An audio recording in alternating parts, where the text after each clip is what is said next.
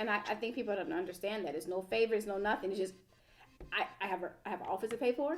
Right. I have employees to pay for. So I need you to book. Season 2, I had 16 clients on the shot. Jeez. And four were recurring for season 2. Yeah. Hey. I'll get you on next. Yes, welcome to episode 7, 1000 Failures. I'm your host, Darius Marcellin, and I crossed the barrier that most people never reach, which is the 7th episode in a podcast. So yeah, man, thank you very much for everyone listening and all my guests coming on. Today I have Michelle Hayes from Hayes Talent Agency, and this episode is going to be vibes. I'm telling you, this episode is so informative, it's inspirational, and Michelle has an army of talent and actors in Chicago who are on Empire, Shy, Chicago PD, and she is now taking herself to the next level and fighting the beast here in Los Angeles. She's taking her agency to Los Angeles and ready to compete with the beast. And I sit across from her right now and I'm like, wow, she is vulnerable. She is making herself vulnerable because where she's from in Chicago, she is the person. And she's coming to Los Angeles to compete and to put herself amongst everybody to get to the top. And today's subtopic is vulnerability. And what that means as an artist, as a business owner, entrepreneur, just as a creative, being vulnerable. We tend to be our biggest critics, and that saying goes along all the time. Yeah, we are our biggest critics, and it's true. Yeah, we are our biggest critics, but being critical of yourself isn't necessarily bad, but does that stop you from doing? You know, society and everything on social media has ideas of what an actor's supposed to be, what an actor's success is supposed to be, how, a comedian's joke's supposed to be, how his feedback is supposed to be. A comedian, when he gives a joke, everyone's supposed to laugh, and that's the right way. If I'm a small business owner, I have my own online fashion store, it's supposed to look a certain way. If I'm a blogger, my page has to look a certain way. It's supposed to have, as people say, aesthetic. Everything is supposed to be a certain way as creatives, but man, when it's not that way, we criticize ourselves so much to the point that I did not listen to this entire podcast, and that might sound very, very loose of me, but I know I get very critical and I start to edit this and put sound into here, and it's just too much. And I just know that people out there need to just hear the raw thing and just what it is. So I did not edit this podcast episode. I just let it be. And yeah, you can be critical of yourself, and that's cool, and you want to be the best, but don't ever let that stop you from doing your purpose. If your purpose is to be an influential blogger, to reach so many people, and you are doing what everybody else is doing just because that's what society says to do, and you're not doing what your true calling is, then you're doing it all wrong. If you are meant to move to Los Angeles to pursue your acting career, and people tell you, yeah, you don't have your reel and you don't have this, so you shouldn't do this, then don't move, then you're doing it wrong. You might never move to Los Angeles. That happens to most people, I bet. And they look back at 65 in whatever town they're in, and they said, back in the days I was young and I was in shape and I should have moved to Los Angeles, Nah, man, just go after it. Don't let your vulnerability keep you back. There are always going to be critics every single day. Like, at a point in time, Like I fear taking selfie videos on Instagram story and posting it. Like I'm always critical of it. I'm always critical. But I made it. I made it. This is like an insight. I made it my mission in 2019 to post at least 2 or 3 of those. So I get over that. And I realize like, hey, this is just me. I'm vulnerable. I'm doing me. And I'm practicing the habit of being vulnerable. I'm practicing that habit. So one day I'm going to get a script and audition to go into a room, and I have to decide, should I go for it and try this angle and be vulnerable, or should I just do what it's plain and on site on the paper? And me habitually being vulnerable and trying things is going to make it a lot easier for me for that one day when my opportunity comes to take that risk. So Michelle Hayes is taking a risk and moving to Los Angeles and making herself vulnerable, because people are going to ask, oh, so how's LA going? And you know, people ask us as actors, oh, are you famous yet? Are you on TV?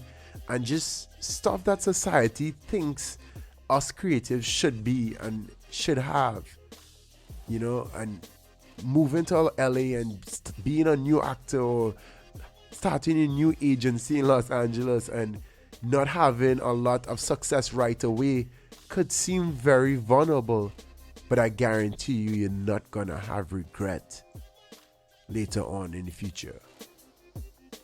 Be vulnerable, go after it, practice it now, practice all the things, you know.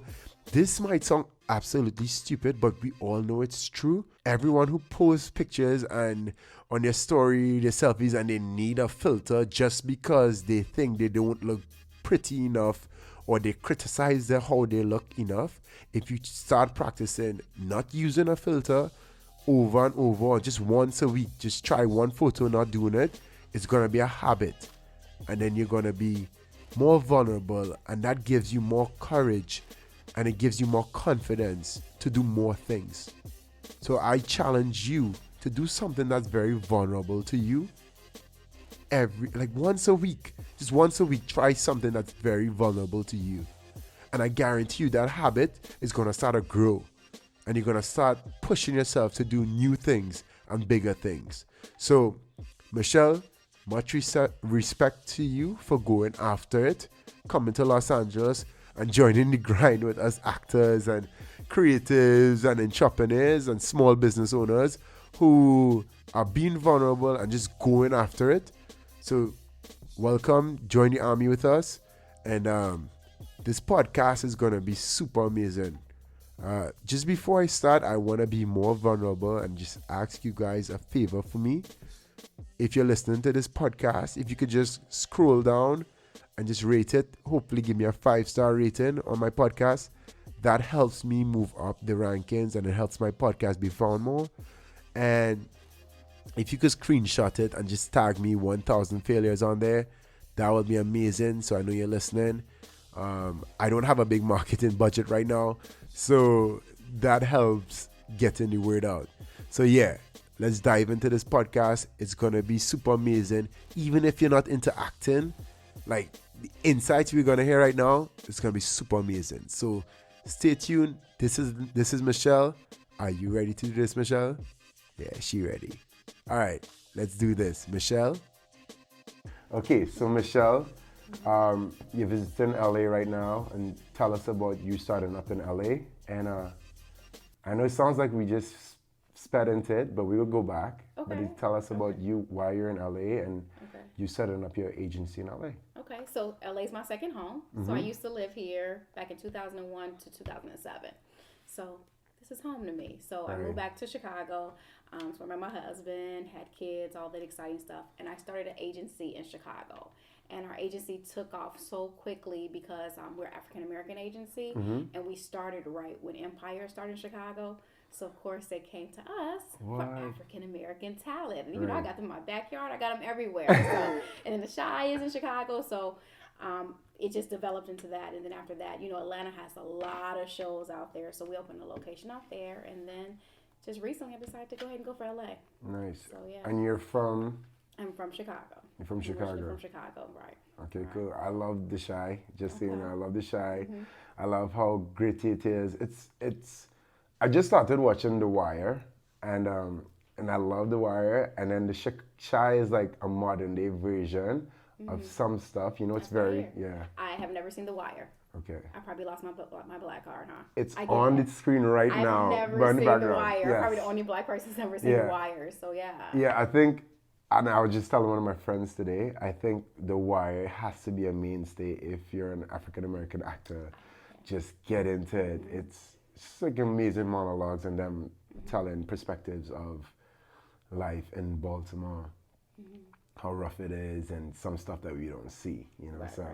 and they shot a lot of it like handheld too, so it's kind of like gritty, and Shy in its own way is kind of gritty as well too. So Do you like The Shy? love The Shy. You being honest? Yes, love The Shy. This is an honest podcast. Okay. Everything here, yeah. Okay. So I love The Shy, and yeah, and you get to learn a little bit more of the city as well too. You know, just watching it. Obviously, it's not going to tell the means of it, but you see what it's like dealing with, you know, single parent moms and boy going through living and having your friend shot. And the first episode was just so heartfelt, you know. So, and then it just gets all studio like after that. Yep. A lot of my clients on The Shy. Season 2, I had 16 clients on The Shy. Jeez. And 4 were recurring for season 2. Yeah. Hey. Trying to get you on next. All right, yeah.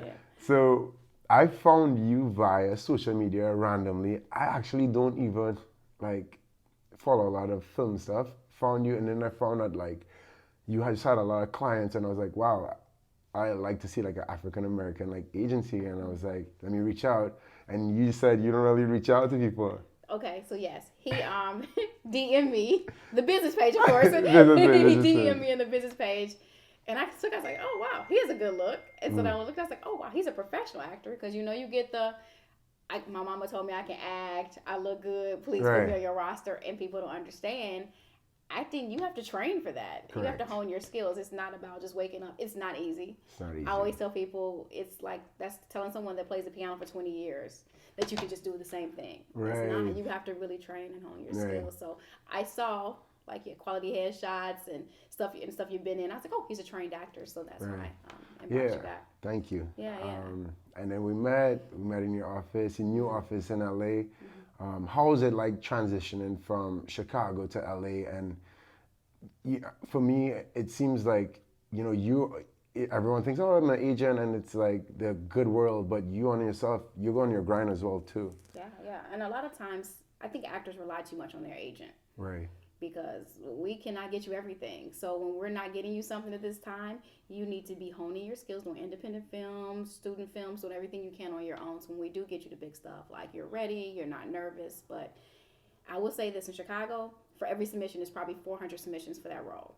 In LA, it's 4,000 submissions. It's over 100 agencies here. So it's really about who you know. So I'm just developing those relationships that I did have back when I was here in 2007. Right. And I think that you would be very smooth because you're a very nice person. I know as well as you're business-like. So, and you have credentials to show, like you just said, you have recurring. So I could bet, and I want everyone to reach out, like, I want to tell people to reach out to you, you know, not only actors, but obviously like directors and people, because you seem very hardworking and very like nice to like even just listen to my DM and just take the time to read it. So I appreciate that. All right, let's talk about Chicago. Okay. Because this podcast and a lot of the listeners are from LA, but there are gonna be people from Chicago, and we hear in like the grapevine of Chicago and Atlanta. We go to our acting classes, and people talk in breaks, and they're like, yeah, my friend just went to Chicago for 6 months, and now he got this and this. Is that a possibility for people to come from, I don't know, Middle America or New York or LA, come to Chicago, get some credits under their belt? Like, how does that even work? Absolutely. On The Shy right now, my client is from Chicago, but he lives in Los Angeles, and he booked The Shy from Los Angeles through me. So a lot of my clients are from Los Angeles. A lot of times you'll self-tape. And those of you that like have flight benefits, you'll come in for the director session. And sometimes we get lucky enough where they just would book you directly off of the tape. Yeah. Atlanta, you can definitely get booked off our tape. Atlanta's a self-tape industry, so I have a lot of LA clients on my Chicago and my Atlanta roster. Yeah. What's going on in Atlanta for you? Oh, everything in Atlanta. It's a new pilot with Tyler Perry. Have you heard about it? Yes, I heard about it. Did you go in for it? I got a role submitted for it, and I couldn't. My representation at the time didn't send everything in for me. Yeah, I know, but I did get the information about this show from time to time. He has 2 shows right now. All right. And then you had. We can't say the names, right? I'm not gonna No, say yeah, it. yeah, we can't say You say that. I'm not All right, saying I'm it. So there's definitely 2 shows for All right. Tyler Perry. The Have and Have Nots is there. What else do we have? We had Being Mary Jane, but that's ended. Trying to think what else. They do movies. All the Marvel movies are done out there. All the Marvel movies are done there. Everything is done in Atlanta. Now, I will tell you something. I want to be political when I say this. Be political. We have really strong actors come from Los Angeles, so a lot of times Right. in Atlanta, they will book the Los Angeles talent for the Atlanta roles because Atlanta's up and coming. You know, Right. they don't really take. They're learning to really hone their skills. Yeah. It's a small amount. Right. LA definitely has a bigger pool to choose from to Yeah. be local hires in Atlanta. And in Chicago, I know Chicago is a much bigger city, much more established city than Atlanta. How competitive is it for an actor from Los Angeles to come to Chicago and try to like make a name for themselves? Where do they even start? They contact me. No, but if they want to get some stuff in Chicago, the shows we have is Chicago Fire, Chicago PD, Chicago Med. We have The Shy. They do Shameless in Chicago and LA, mostly under 5 in Chicago. So if you just need like a quick credit, you could probably do Shameless. It is studio. The shooting is probably shooting in the studio. They shoot On Warner Brothers. Well, my office is actually on set. Okay. So they shoot it there, and they also shoot it live. Your office is It's on set. where they shoot everything. Yes, it's called Space Film Studios. It's God. This is all God. I have to give credit to God. Yeah. I don't know why I've been so blessed. How did that come around with you having an office on the studio? It was so random. My first office was on 4321 Urban Park Road. All right. It's just random, right? And one of my clients is like, "Hey, Space Film Studios, they're starting to have office space over there. You all should try to get in." And they introduced me, at the time I had a partner, to the owner, and they loved us. And they was like, "Yeah, we'll get you office space here." And we're like, "Really?" Yeah. Like, for real? Like, it's that easy? And we literally had office space there. I met Spike Lee there. Like, I got to work with him. What? Like, I'm a the Knicks fan, by the connection- way. So You're what? a Knicks fan. Oh, so okay. He'll love to hear that. But just the connections I've met just being on set, like it's just a blessing. Right. Yeah, so it's very random that it happened. Do you have a team in Chicago? Or is it just you and you're your own boss? I have a Team? team. Yeah, I can't do it by myself. Oh, okay. I'm Dorothy. Shout out to Dorothy. Yeah. She helps me run Chicago. In my Atlanta team, we have Vincent, we have Melinda, and we have Tanya. Tanya also helps with LA for real people. You know, a lot of times, and it's social media influencers. Right. We have that division. And then Los Angeles is run by Gino. I help with that. I met Gino. You met Gino, Yes. yeah. And Robin, did you meet Robin too? Yes, I met Yeah, Robin. yeah. So they run LA, but Okay. I'm really hands on because I'm starting it. So, Yeah. yeah. Yeah, I think in this town too, it's, obviously we know who you know and just getting into the different circles. But I feel like in just hearing this conversation, you have a strong background. You have like a foundation of stuff, whereas a lot of people could be filled with fluff. Yeah. You actually have credits under your name and everything like that. So that's pretty cool. I'm sure like that's very impressive, To me, it was more impressive than connections, but I think that would weigh the same amount, and it's just a matter of time till they're all knocking for you because you have all the top African American actors and this. And it's the actors. I've just been blessed to meet really strong actors, from Chicago. Like, my roster is filled with really strong actors that have actually booked. That's how LA really came about, because they booked everything in Chicago. And as an actor, you get frustrated when you booked everything. What's left? Like, what's next? You want to stay working. That's like the best problem to have And when I'm you booked everything. I'm a problem solver. Like, let's figure out what can we do to keep this going. And I was like, let's open an LA office, because of course everything, literally the breakdown is 100 different things a day. It's freaking amazing. Yeah. Wow. Yeah, it's next level. And in terms of the breakdowns, are you now just getting used to like what, getting used to casting directors and what they want, or just like, how is it starting off in LA? How is it adjusting? Is it the same way that they do breakdowns in Chicago? Yeah, they do it absolutely the same way. So now it's just like proving myself. Right. Because like I said, it's over 100 agencies out here. So you got all the agents calling, trying to do a push for somebody. So just them knowing, like I think they've been slowly seeing my people. Like they'll see one here, they get a call back, get a check a bail. I've had a booking like from just that one person you saw. Yeah. So imagine normally you have about 6 to 7 people go in for one audition. Right. Like they just started me off with one, and then my person booked. So it's like okay, we're starting to see more and more of our talent. So it's just yeah. So whoever sticks with me now, I'm gonna remember them. Cool. Because I know where I'm going. Yeah. I see the vision. Yeah. I mean, this is really exciting to hear because a lot of actors get stuck with the agent, and it's a position where, as you would say too, they're not doing enough to help themselves. Actors don't go out, they think that an agent or just having an agent name in their Instagram bio means that they're an actor. You know, and one of my friends he's I would say one of the top agents in LA, he was like, just get out there and do, you know, as opposed to just sitting back and waiting. He was just go do. And if for example, you might have a friend and if he says, hey, I know you're an actor, but I don't know what you have done or when was the last time you did something, you know? I think that advice to me, I just got up right away. I got into doing a play and then I started working and I started doing stuff. I guess that makes it easier for if you met someone, say, hey, I have this actor and right now he's in a play, you know? It makes things a lot easier that way. That's what he told me, so. So so let me share this. In Chicago, I get really, really excited about theater actor. Because to me, theater actors are the ones that can transition to TV and film the best because they really have a strong foundation. So that is impressive to me. I like that. Now, in LA, you're competing against celebrities. So now I'm like, hey, I need to see your reel. It's a different ballgame. Like I can get someone in that does not have credits in Chicago. I can get you a day play role. That's a lot easier, not as much competition. In LA, you have to already have that foundation. You need to already have guest star recurring roles. You need to have that to be on my roster theatrically. Commercial, no. Right. Yeah. Right. So you do. I like weird, interesting looking people for commercial. Weird, interesting looking people. Yeah. They're trying to shy away from the model type. Have you noticed that? Have you noticed that? I've heard that they want a more real look. Yeah, like through all my breakdowns, it's always like we need to look real, not too modelly. Yeah. Look different, memorable. So it's a really different type of feel of what you're looking for commercially for guys now and girls for commercial. Yeah. I wish I had like a breakdown of like some of the stuff that I get, and it's sometimes they would say, not a model type, but it's like good looking or like handsome, but not a model. Like they literally say not a model. Absolutely, all the time. Yeah. So how do you do it when it says that? Because you're a model.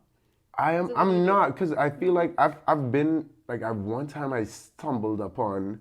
I didn't even know how I got this casting. Akila was there, and we went and we stumbled, and it's like all these Ford models. It's a different look. Like the guys are a little bit taller, their jawline's a little bit more, and they don't look like, you don't see these people in real life, you know? Right. But I mean, you might see me in real life, you know, you could see me. So you still saying you're not a model? I'm not a model. Okay. Did you just tell me you were in an ad? Did we talk about that? Yeah. That was luck too, right? Was that luck? That was luck. But I was not. Yeah. You was walking down the street and they said we want to put you. Was it exactly? Yeah. What was it? They just put me in. They just put me in. It's like, oh, you look like you should be in this ad. So. Right. You just look okay. You look every day, right? You got it. Every day. So I was really, really excited about. Oh, it's all good. It's all good. Yes. Yeah. I was really excited about the Chicago side of it because of some of the shows that I like. So like The Chi and Empire. Are they ending Empire? Did I see that? Yeah, I saw that. Empire. Yeah. And I bet like I like procedurals and I like Chicago PD type stuff. You know? So that's like I got really interested by that. I don't want to be in a position. Yeah, of course, every actor wants to work. I want to do stuff that I could see myself in as well too. And I'm a procedural type of guy, and you know that Chicago PD and Empire, and so I audition. How do you see yourself for PD? What do you see yourself as a bad guy or a cop? I'm more of a cop, straightforward kind of guy, office type of guy. But then if I see myself as a bad guy, as I was watching The Wire, which you haven't seen. My husband hasn't seen it either. He's here. Hubby hasn't seen it. So two black All people. right. I forgot he hadn't seen it either. So yes, straight recommendations. The Wire. Idris Elba Yes. plays a bad guy, but he plays the smooth, very smooth speaking bad guy. That's you. That's me. The smooth bad guy. The smooth Got bad guy. Got it. You know. And what could you play on The Shy? You Oh want to take man. Brandon's place? Brandon's place. You want to drive around the truck? Yeah, drive around the truck. Man, I mean, as an actor, you could, I'm supposed to be. I'm trained to take any spot. Yeah. I'm trained to take any spot. Absolutely. But most times it's what they see me as too. I don't want to. Yeah, of course I want to work, but in the same respect too, I know they're gonna see me as this type of person, so I'm gonna focus my efforts on developing, talking like a smooth bad guy. Absolutely. But I'm still available, so don't shut me out. I'm going to have. No, I was just joking. TV season starts back up like probably July. Mm-hmm. So I've already gotten a call about The Shy. Mm-hmm. One of my clients they want to bring back. Nice. Season 3. We got new writers. How's new that feel? showrunner. It's an amazing feeling. Is it like a phone call or email? What do you get? The casting director called me from her cell phone. Jeez. So when you see that, got you have that name in there? Yeah. So oh my. Yeah. I was like, hey, girl. Like, I literally talked to the person that the casting director called me. I was like, hey, girl, what's going on? So she's like, I got some good news. So-and-so's in the mix for season 3. I was like, yes. Because you didn't know who was coming back since this whole Jason Mitchell got fired, girlfriend leaving. Spoilers. I didn't see the end of season 2 yet. Okay. I'm in season 2 and I'm taking it in pieces. No. Did you hear what happened? Jason got fired. Really? The main character was fired. What? Oh yeah, I haven't seen the end of season 2. The main character, Jason, the one that has a food truck. Yeah, I know. That's why I said, did you want to take his spot? Oh wow. He was fired. Wow. He was fired. His agent fired him. Manager fired him. He was working on a movie. They fired him, and he was fired from The Shy. It could only be something really bad. Inappropriate behavior with the showrunner. Like, I'm not gonna go there. Yeah. And actually, I have a few actors that had a few encounters that may have been a little unpleasant. Right. So. Yeah, he was on a lot of stuff these last 2 years. He worked a lot. And now it's all gone. And the girl that was played his girlfriend, I've been asking to get released, so they finally let her go too. She asked to let go though, so they're not coming back.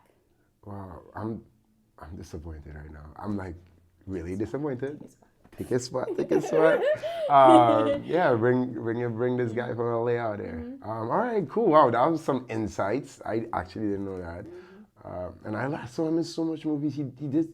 He's Easy. Yeah, he was easy, but he did something really recent. I saw.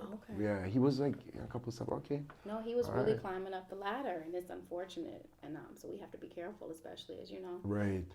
Everything we do. Yeah, and as actors too, guys, girls, ladies, gentlemen, I've seen a very professional way that we conduct ourselves on sets, but then even like recently, obviously I can't say I was on a set and the director made this comment and I was just like taken aback to this girl, my romantic partner. We were in an intimate scene, so like a lot of the set was closed, and he made this comment and I was like, really? Did he not watch news recently? And yeah, I was just like, wow, if this is a toned down version of the 1980s and 1990s, man, I would be sick to just even be on set. You know what I mean? If I have power, I'm gonna say something, and you can't do it now. Yeah, but it was the director, Did you see how much? What's the guy named? He's giving out. What was it? $40-some million. He's giving out. Debris. Yeah. How much the guy giving out? The civil suit. The guy with all the women that came against him. Big time director. Producer. Weinstein? Yeah. He has to give out, 40-some million to the ladies? Yeah, 40 million. Wow. Yeah. I mean, money's one thing, but just conducting yourself with, his reputation, you can't buy that back with, no $40 million is ever going to buy back your reputation. Absolutely. And, do you talk to your actors about, especially ladies, about being ready to be on set and like stuff that they might deal with, or is that a conversation I've you never have? had that conversation. I think my conversations with my actors are be on time. Right. Do not call and cancel the day of. Right. Those are my conversations on a daily basis. You'll be surprised how many people go, "Oh, I forgot I got to do this today," after you confirmed. Yeah. And I have to call casting, which makes me look bad. So those are the conversations I have. So I know you see the nice Michelle. Yeah. And there's I also, only see the nice Michelle. also the no nonsense, because this is my business. Right. And your reputation. Yeah. So when you don't show up or you're late, they call me about that, which means they won't see my people because you're being trifling. So if I ask you, can you go to audition, you say no, I have no problem. But when you confirm, and then you're late or you just don't show up, I had an audition recently for a client, and it was paying like $35,000 if he booked it. He was 30 minutes late. What? Where? LA, New York? Chicago. Who's late? I would have been there at 7 in the morning. Like, I mean, who could use that kind of money? I know, right? Like for one gig at one time. Yeah. Like, how do you just like, oh, park is back. What? Park wherever and hop in an Uber. Like, I just can't handle those kind of excuses. I just can't. Yeah. I don't think I've seen him on audition since then. So if he's listening, oops. Nah, it's I good. think I was in my feelings about that one. No, because I just found out too. Well, not I just found out on my last episode, our casting director came on and he said, well, we put a mark by people, like a red, yellow, green, so I guess that could also play into why, They do that. Absolutely. Casting director, they called about the guy being late. They have, like when I did a push for somebody one day, they're like, he didn't show up for the last two. Why is he? But he has a job that he has to fly out to bring back immigrants. So yeah. So did you like vouch for him, or is like something you can't I did, because it was something he couldn't help. Yeah. Like it was a last minute call from his job, and I understand that job with him ahead of time. Right. Yes. Just I forgot, or I've heard it all. Yeah. I've heard it all. So yeah. Yeah. In LA, you hear it's the LA traffic. Yeah. So that's why you have to always leave out like 2 hours ahead of time. Right. Like there's, especially I kind of don't get upset if you're late for a regular audition, but a director session? No, you can't. You will not book. Right. If you cannot be on time, and first of all, they're like, you're wasting my time. Like you're late for an audition. How are you gonna be on set? You can't be late. I have not met a person yet that's late for a director session to book. I haven't met one yet. Right. You can be late for the regular one when it's taped. You don't know, but you cannot be late for the director session. It's disrespectful. Yeah, and it's disrespectful to their time. And I remember in New York, Susan Batson's studio, and she's like a renowned teacher in New York, and she like closes her doors 5 minutes before they close. So I'm like there, like thinking I'm getting there on time, and I pull up, door closed. I'm like, what? And that was like my first day, and I got there like 10 o'clock, 10 a.m. Door closed at 10 a.m. And I was like, wow, all right. And then I had to like walk back home, and I was like, that was that on that day, never again. No, if you're really serious about this, just do the small things. It's necessary. Yeah, and they're paying big money. Right, and then the small things are, to me, it's just like habits. Mm-hmm. It's like if that's your habit, being late for an audition, as you said, you get on set, you're late out your trailer. That's millions of dollars. They can't wait for you to be late. Right. No. Right. Wow. So I just even want to just ask a little bit more about Chicago. Okay. If there are actors thinking about making a switch to going over to Chicago, what should they think about first in terms of like cost of living?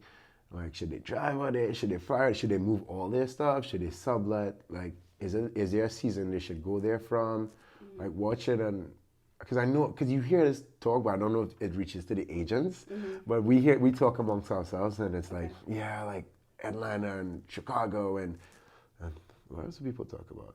Yeah, just Atlanta and Chicago. Okay. And they're like, oh, I want to like move out there and just get some credits and build myself up. But it's just more talk, and I want to know, what would you do if you were me and I was like moving out there? I don't think you would have to move just yet. You got one or two choices. You can self-tape. You have this beautiful section in your house. You can self-tape, right? So I would say put just a little bit of money aside because they don't know you yet. So self-tape. They like you a lot. Say, hey, we want to see you for director session.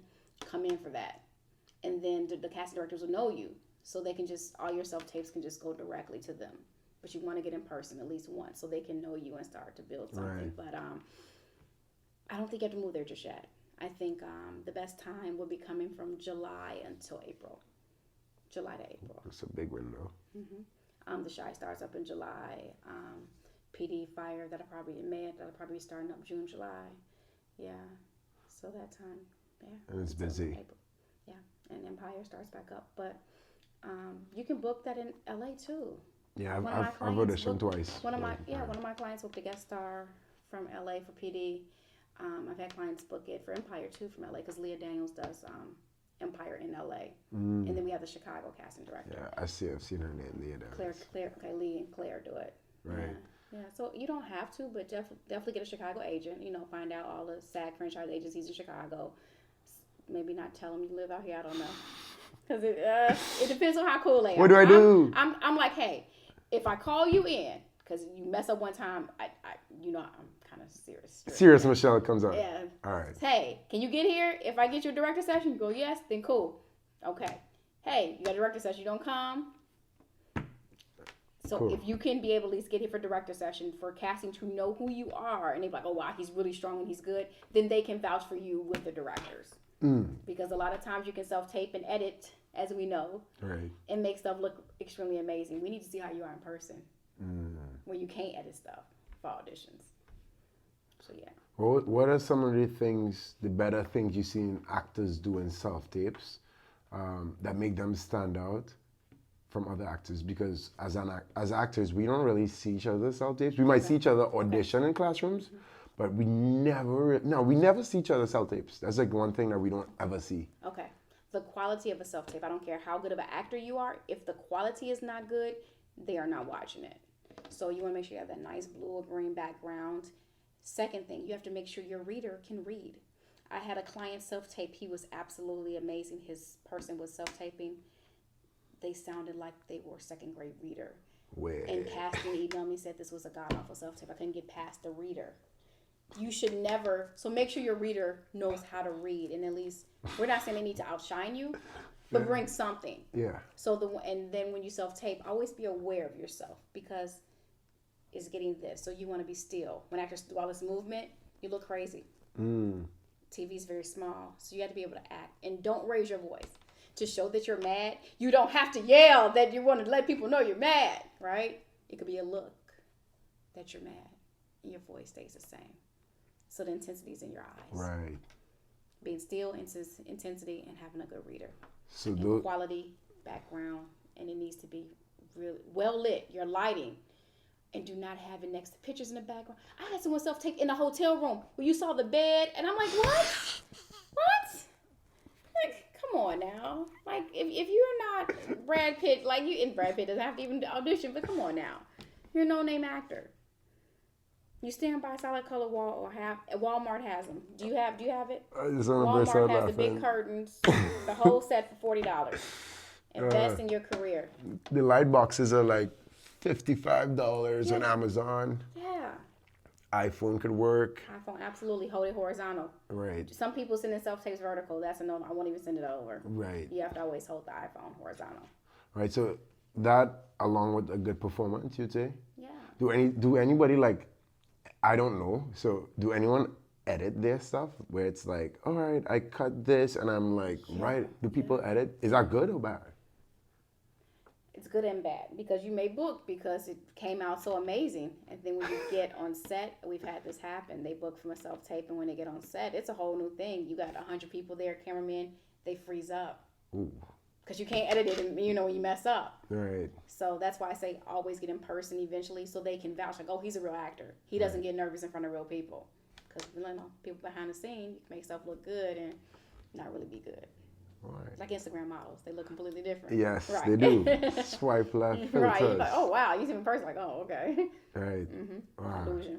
So that side of self-tape is just fundamentals of it. Lighting, background. It has to be clear. It cannot be pictures, plants. It has to just be a clear background, because the focus needs to be you, and make sure it's focused like here, like that. On TV. Yeah. So even I was talking to Amy Linden, who's like a booking coach here. That was my coach back in the day. You probably didn't know this. I used to be an actress. There you go. And she was my acting coach. Shout out to Amy Linden. Amy, shout out. She has her 50th series regular. I love Amy. I love Amy. There we go. She sent me some people out here. That's how some of my roster. See, there we go. She, she would say, like, for different things, you would, just frame differently.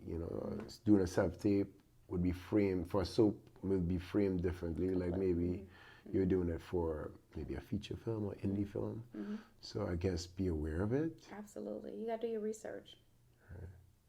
It's hard.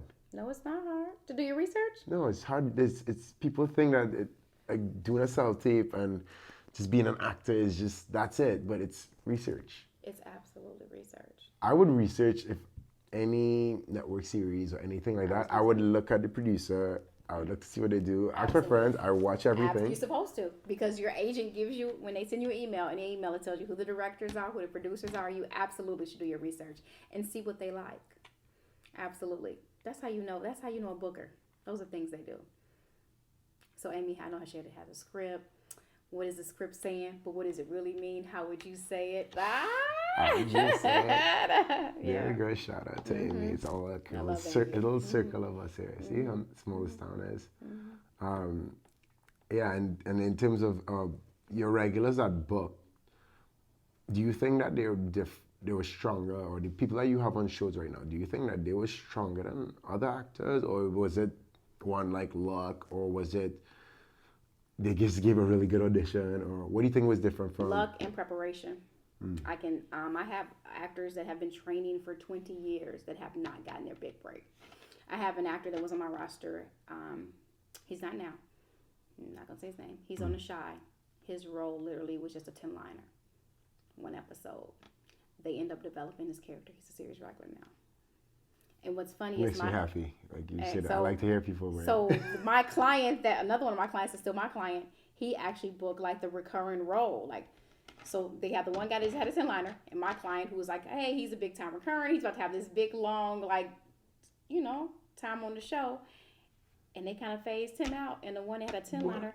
They turned into he's a series regular. Best believe I'm gonna watch over season 1 for the person with 10 lines. It's serious. When I tell you, it's preparation and luck and opportunity. The thing about acting is nothing like being a doctor or a lawyer. Hey, to be a doctor, you go to school this long, you do this, Hey, you get to be a doctor. Same for lawyers. Same being a teacher. You can't tell someone acting, hey, if you do this, you can be there. Can you? No. That's why we all are just so confused, right? Like, hey, I train like I'm supposed to. I got my headshots like I'm supposed to. Like, what's next? And it's really about your look for that role and the timing and you being trained. Right. What's the opportunity meets preparation. Mm-hmm. That's an actor. I think for you, the most prepared actors are the ones on working right now. Absolutely. But then there's a girl that's on The Shy right now. The one. What am I trying to think? I love how you have so many actors on shows now. No, but she's not my actor. Well, she's the fuller figure young girl who has a crush on a guy. You seen? Right? Yeah, I love her. She's so much fun. She's not really an actor. That was like her first role. Right. But you got people that have been training for years, so you don't. It just is. All right, hear this. I had this conversation with who did I have this conversation with? Someone in the industry, and they were like an LA person, and I was telling them that, like Michael B. in The Wire, I think that was his first time. Like, if you see his baby face, it's like insane. Michael B. I didn't know he was. Michael B. Jordan was on The Wire. Well, yeah, he's like a baby on there, like a little baby. I just like posted it, and he didn't go to any like formal acting training or anything like that. But it's just something like when you're in the East Coast or you're just around people and you're around. If he's around a situation like that. Mm-hmm. It's very easy for him to fit in that type of show. I'm not saying that he was from like that projects or anything, but you would have been around something like that. People in New York, right? Yeah, and even like people in New York, I was having this conversation with people in New York, and me living in New York, and just from that situation, I know what a Wall Street guy looks like. Mm-hmm. You know, I know what the guy who plays the drums on the train look like. Mm-hmm. I know what a 50-year-old Asian business guy looks like, how he walks, how he talks, how people talk on, who talks loud on the phone in the subway. If this guy's wearing these construction boots, I know he probably came from here. But this is not a knock on the West Coast or anything, but here a lot of times you're in your car driving, you're isolated from the outside world, especially if you go to your class, to school, to gym, you miss a lot of the world. So I feel like sometimes a lot of East Coast actors or people, when I first started off, a lot of the actors were newbies and they had so much heart and soul, it was insane. Yeah, my favorite actors are from the East Coast. Like I feel like the really trained, strong actors definitely are from the East Coast. You have a lot of theater, Broadway, all those ladies that are on Orange is the New Black. Right. Yeah, a lot of first-time actors. Those are some trained actors. Yeah. Like, but even one of the girls, the Latino girls, one of the main girls, it was her first time ever acting. She just walked into Ripley's studio and she was her first time acting. I don't know. That's so rare that stuff happens when you hear that. It is rare. Really it is rare, but though. I would bet more money that a trained actor who's around people, situations, being in a bar, being around subway, just being around people, could be put in a situation of never acting before, and then put in a situation as Orange is the New Black, and then mix with different cultures, and then they would know how this person would react a little bit more. You know, some people definitely have a natural ability. Right. I definitely say there are people that have natural ability, but you still need to train. You do need to train. You do, and we got some lucky stories, and it happens, but more so not. You probably see the best and worst of it. Oh my God. You get a lot of submissions. Yes. What is the basic submission that would like turn you away? Like, how does the email go? Okay, so right now for Chicago, I'm really referral only. Like it's like if someone refers you, then I'll look at you. Right. So I do get a lot of people in my inbox, like I tell you, like, hey, just give me a chance. So recently I did an open call just to give people a chance that I don't normally look at. And I think I had 400 people show up, and I probably, I had 400 people show up for an open call. And probably about 30 of them stood out. So it doesn't matter how good your natural ability is, it is hard to impress an agent who has some really trained actors on the roster. Working actors. It is. So I get a lot of submissions. It needs to say, the subject should say, hey, here's my headshot, resume, and my reel. That's probably what it needs to say. Not my mama says I'm cute. Not I want to be an actor. Can you help me? No. LA. My submissions for LA, I am looking through those right now because I am in need of building my LA roster. But Actors Access has a thing now. I don't know if you know about it. I love this feature. You can do a slate and you can show your headshot and your reel on Actors Access. I have that. No. Not under like for your agency. People that are looking for an agency. So it comes to me on a breakdown. I haven't seen that. Every other Wednesday. So like last Wednesday, I had 240 people to look at. And so I click on whoever I want and send the list over to Actors Access. Say, hey, can you let them know I'm interested in meeting with them for representation? Wow. And that's been amazing because right there, I can look. I know the look I need and I want and how I have and who I don't have. And I just like tomorrow. That's what I'm in town for. I get to meet with them. So I had a choice of 250 versus going through a whole bunch of submissions. I got to go. Yep. No. Let me see them. Okay, cool. What's that feature called? Remember what's called that feature? Because I haven't seen it. Just like it's on Actors Access. So if I were you, I would Google actor. But you have agents, so you don't. Yeah. Those that don't have agents but have credits. Right. They maybe just moved here from New York, and because it is difficult to get an agent here in Chicago. LA. Yeah. I think it's easy to get a commercial agent, but theatrical, that's hard. Right. So this gives them a chance to, All right. So all the agencies get it. All right, cool. So that's what I'm using right now to build LA. That's really Chicago's referral. Nice. Yeah. So my podcast is called 1000 Failures because I feel as an actor, creative, anyone, entrepreneur, everyone who has a dream that, as we said, it's not like a doctor or a lawyer. You go to school and you figure it out. But something that you have hope in, something that you can't see and you're working towards it. I think you have to be prepared to fail 1,000 times. Absolutely. You have to be ready to do that. Absolutely. You gotta have tough skin. Right. How's it for you? I mean, how do you handle rejection as an actor? Honestly, I've grown a lot in the last 3 years, to the point where I use every audition as a means to improve on something. is either to improve on my arc or just to deliver it or make myself tape look a certain way. And I'm learning a lot, even having these conversations where it's like, I want to look as close as it looks like on a TV screen as possible, and they could easily cast me. So for me, getting rejected from or failing or not making a casting or an audition, I'm pretty cool with it right now. I'm really cool. Actually really cool with it. That's good, because a lot of people aren't. And I want to tell you this in case you didn't know it. Sometimes you're rejected. It could be because you were too strong against the lead character. There's a lot of stuff you all don't know. Right. You can't ever outshine a lead character. Did you know that? I know that. Okay. And then you may look too similar to someone else. So sometimes when you all don't get it, it's not because you weren't good. It's so many factors behind the scenes. Right. Because I think a lot of times people you don't, but a lot of actors beat themselves up. I've had actors call me and just say they're about to quit. They just can't take it anymore. Yeah. But anything in life, if it's in you, I tell you, if it's in you, you just got to keep going. It's never anything in life nothing in life is easy that is worth anything. Right. We would all like it to be easy, but it's not. Right. And I think a lot of the feeling of down, rejection, and feel it's so much factors. Some of it's your family back home. They're like, when are you gonna make it on TV? I know. You know, you're an actor. What do you tell people who that pressure exists, for people, and they gauge themselves across their peers or their mates, or maybe somebody booked something. What would you tell one of your actors in your roster who hasn't booked something and to stay in this game? So if they're one of my actors that have not booked anything yet, I'm going to say that means they probably aren't the strongest on my roster. So we have to acknowledge that. So if they're a person that has... Okay, let me take it a step further.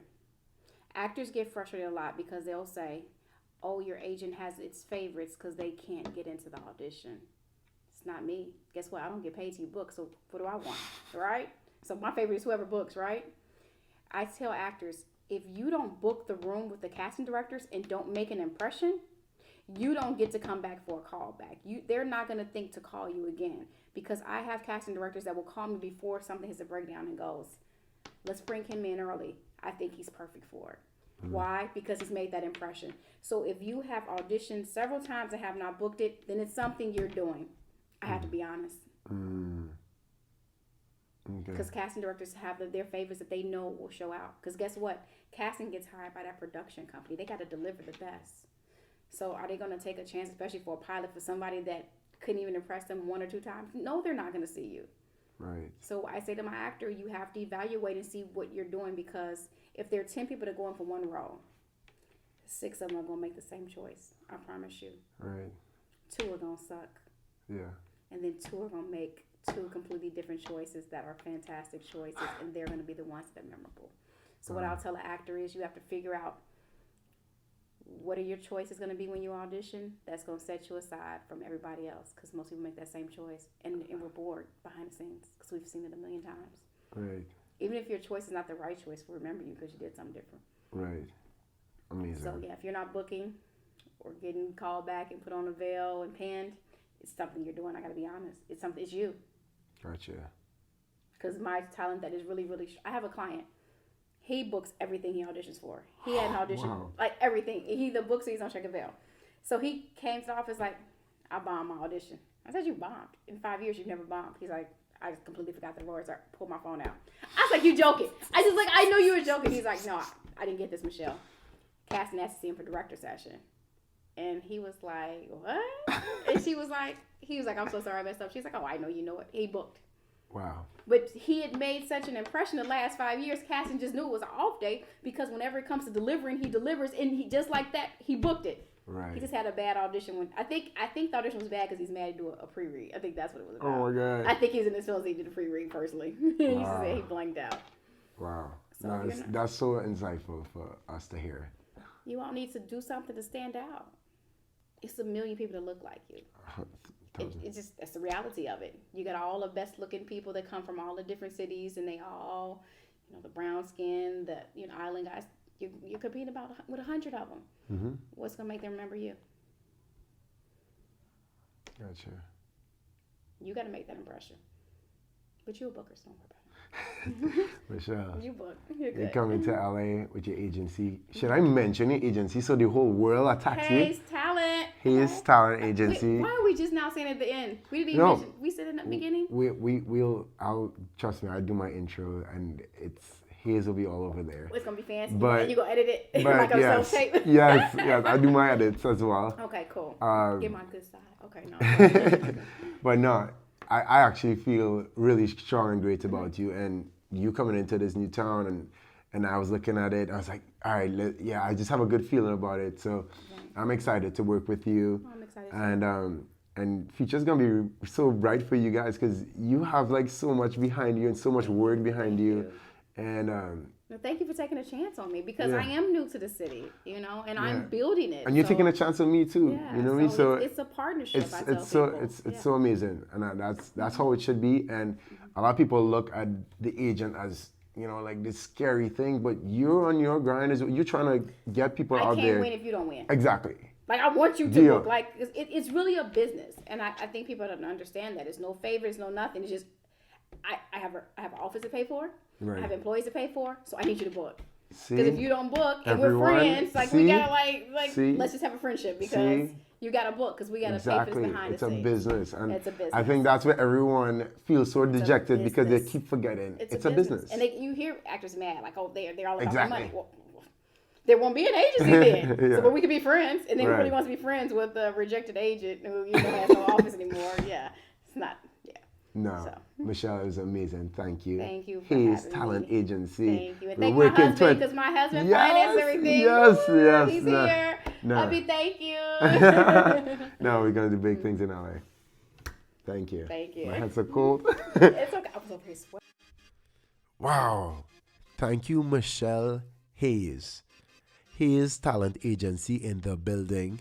If you are aspiring actor in the business, Michelle is building her roster right now. It will be super amazing just to even get in contact with her, keep in touch with her.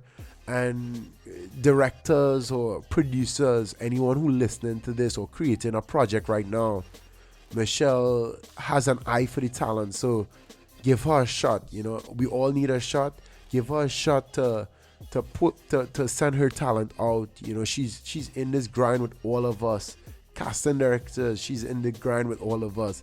Actors, she's in the grind. Producers, we're all in this together. And it's always respect to see somebody being vulnerable and taking that shot. So Michelle Hayes Talent Agency on Instagram. Much respect. Yeah. Good vibes, man. This podcast was nice. So thank you again. If you're listening, just screenshot, post it on your Instagram story. That's the most I could ask. And if you like it, just give me a rating on your podcast review. Just scroll down, give it a rating. And yeah, this was episode 7. I survived. Episode 8 will be more vibes. Thank you.